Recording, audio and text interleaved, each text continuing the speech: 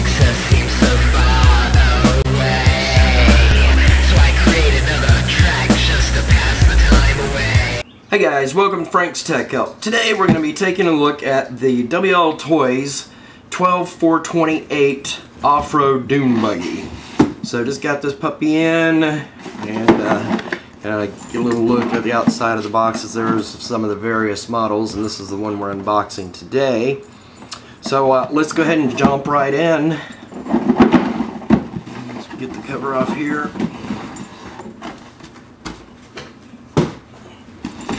Alright, so to start off, looks like we have a manual, little screwdriver, little torque for the axle lugs there, axle nuts, whatever. So get the manual out of the way. Let's see what else we got going on here. Let's see.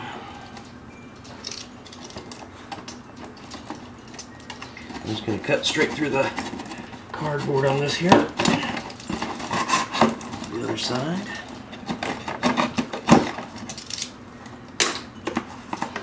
Alright, so the first box here looks like it's got the remote control unit for it.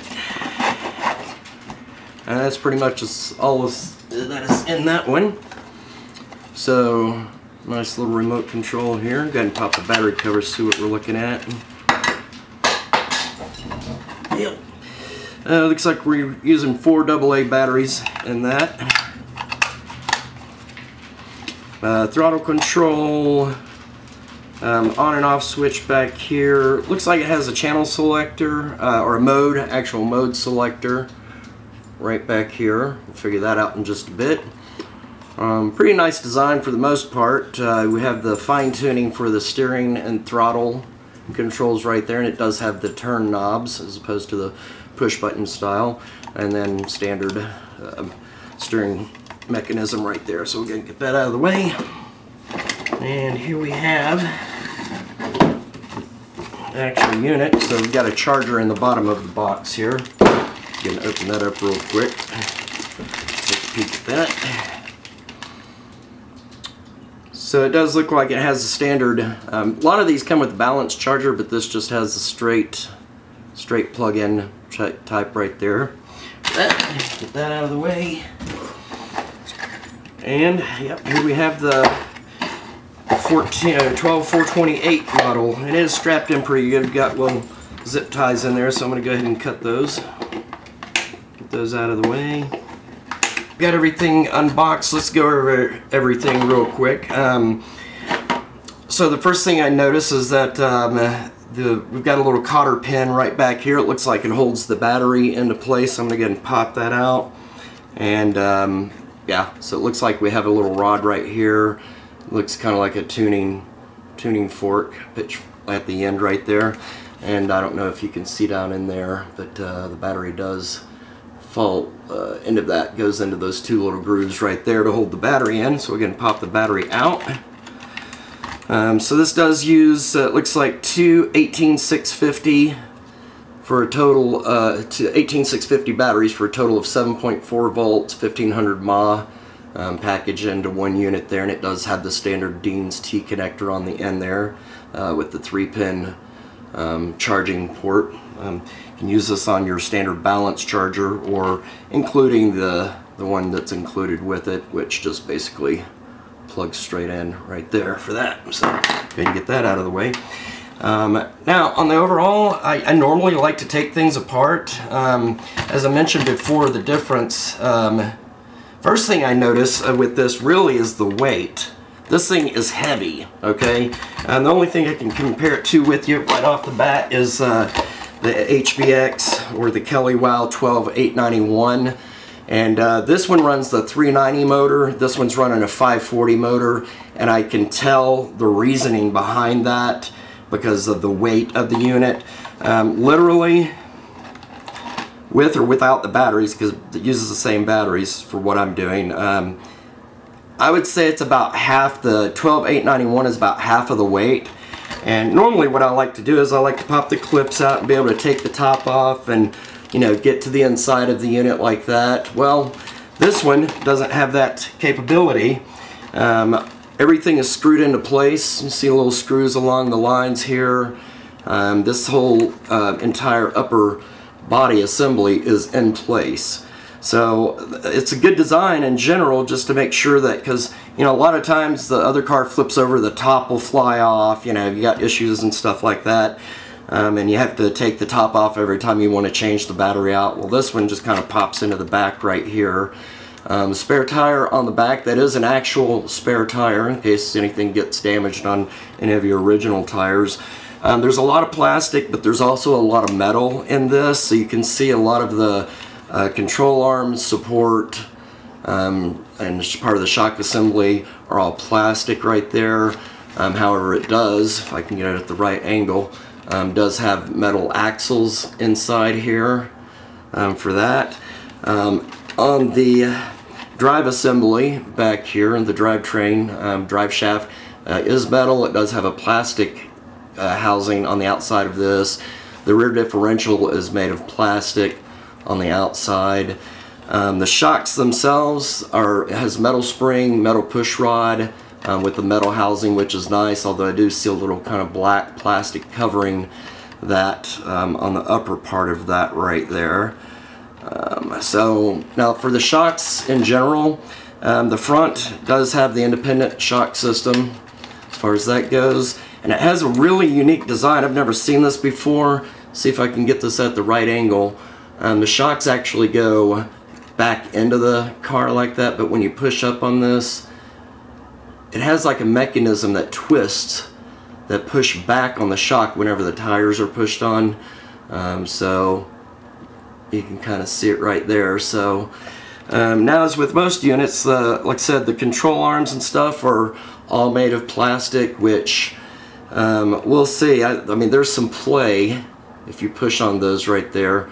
So I don't know how easily or difficult those are going to be to break or whatnot.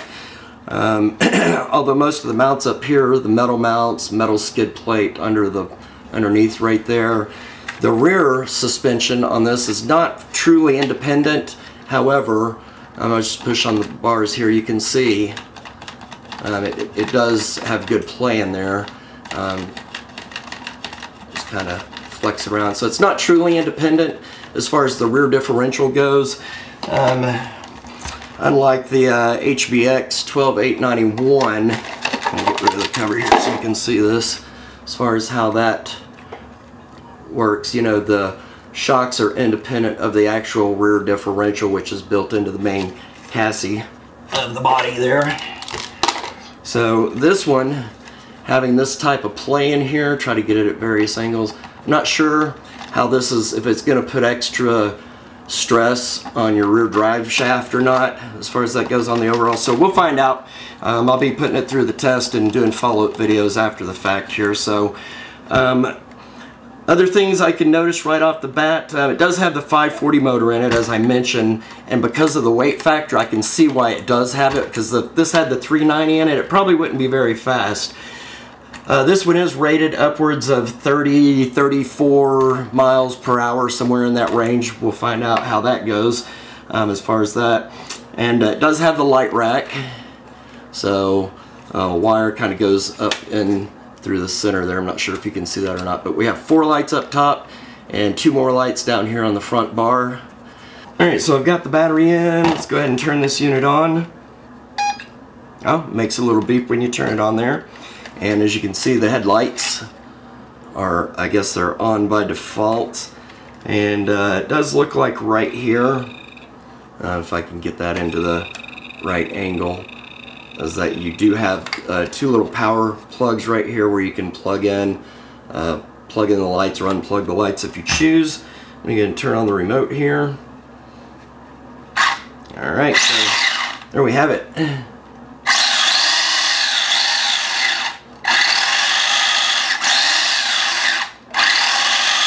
So interestingly enough, it sounds like the reverse is not quite as fast as the Ford. If you hear when I go into reverse, has a certain amount of power, and then when I go forward, it's jacked up with power. So that's a little bit different than you know, what I've shown you before, like on the HBX 12891. The reverse gear on that one is full on. The Ford gear is full on. So we'll see how that works as far as a performance factor goes there. So I'm gonna go ahead and put a fresh battery in here. Let's take this outside and see what it's got. Alright, so for the first part of our outdoor test, I'm gonna do the gravel, and it rained yesterday, so it's not gonna kick up as much dust as it normally does, and it's probably gonna be a little stickier than normal. Let's see what we got going here.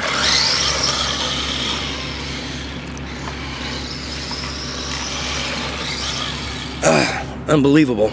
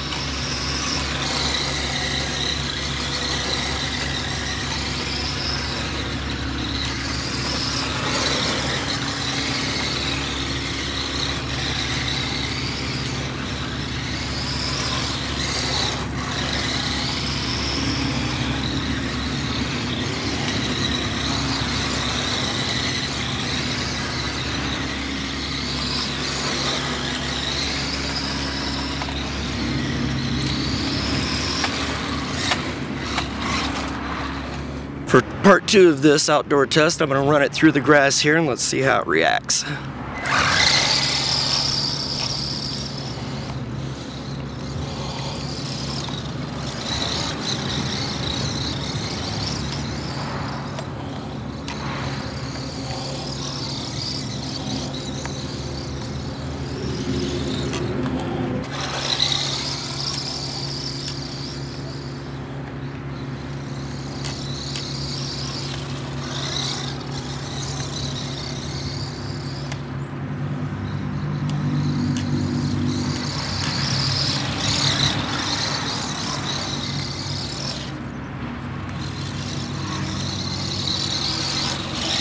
For our next test, I'm just going to do a straight up speed test up and down the road and see what we've got here.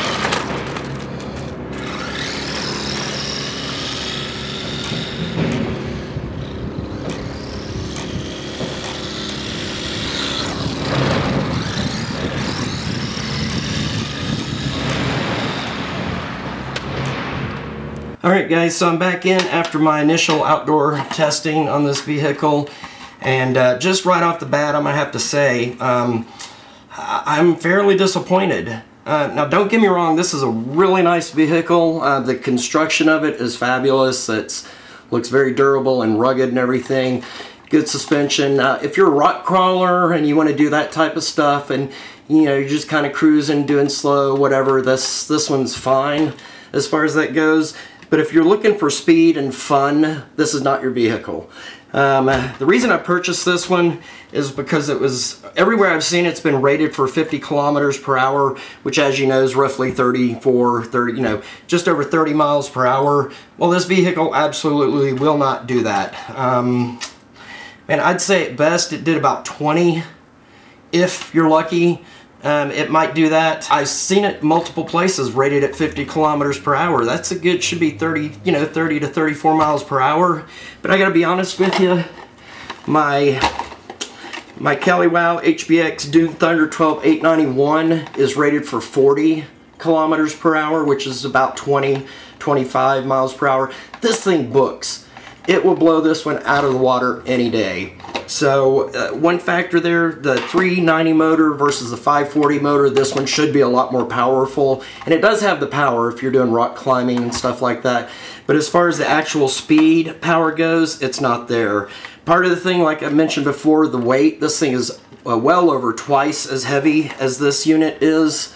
And you know, there's a lot going on, I guess, weight on the inside of this to keep this vehicle kind of more stabilized. But the biggest issue I had is whether I was in gravel, driving on the pavement, or driving in the grass, it kept flipping over continuously. So if you get up to speed and you're driving, and normally, you know, on this one, I can be going full force, like full speed, let off the throttle, cut the wheel, and it, man, it does a 180. It's beautiful. It hugs the ground. It doesn't flip over. Everything's great on it. This one, you get up to full speed, which isn't even as fast. Like I said, maybe 18 to 20 miles per hour, if that. And as soon as you let off the throttle and cut the wheel, it flips over. In the gravel, which it should just slide around, flipped over continuously. So, and part of the reason, obviously, you know, is that the higher the shocks are and the wheelbase, you know, the distance between the wheelbase on this are factors that play into that. So since there's more weight on the top of this and this sits so high, if it actually sat down a little bit closer, it probably wouldn't flip as much. But there aren't many options in the way of adjustments. There's a couple of little pins, you know, to adjust the height of the shock, but it's not very good. You know, it's only going to give you a small fraction of a difference as far as that goes. So, very well constructed. I'll give them credit for that, you know, and it's got some good weight to it. Nice light system on it. So if you're looking to do like rock climbing, whatever, you know, this does have the nice, you know, the suspension system. If you're just kind of taking your time going over rocks and stuff, that's fine. But if you're looking for some serious fun and you're looking to pick up some speed and jump and do that type of stuff, this is not the vehicle for you. So, you know, on the overall, this is going to be a great vehicle for some of you guys out there, you know, but for me, I like that speed. I like to be able to do some cool jumps. I like to slide around, get in the gravel, get it dirty, and this vehicle's just not designed for that as far as I can tell. Even with the 540 motor in there, I'm fairly disappointed. So anyway, you know, it is what it is. It's going to work for some people, and it's not going to work for others. In this case, it doesn't work for me. So hope this review helps you guys out in making a decision on, you know, what you want to do there. But as always, thanks for watching Frank's Tech Help. Peace.